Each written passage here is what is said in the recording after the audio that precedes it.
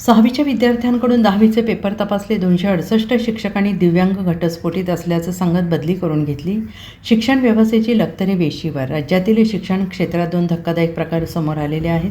शिक्षण व्यवस्थेवर गंभीर प्रश्नचिन्ह निर्माण झालेले आहे. सातारा येथे 10वीच्या विद्यार्थ्यांचे पेपर 6वीच्या विद्यार्थ्यांकडून तपासून घेतल्याचा प्रकार उघडकीस आलेला आहे. तर अकोला येथे शिक्षक बदली प्रक्रियेत मोठा घोटाळा समोर आलेला आहे. साताऱ्यातील फलटण तालुक्यातील विडणी येथील उत्तरेश्वर हायस्कूल आणि ज्युनियर कॉलेजमध्ये हा प्रकार उघडकीस आलेला आहे.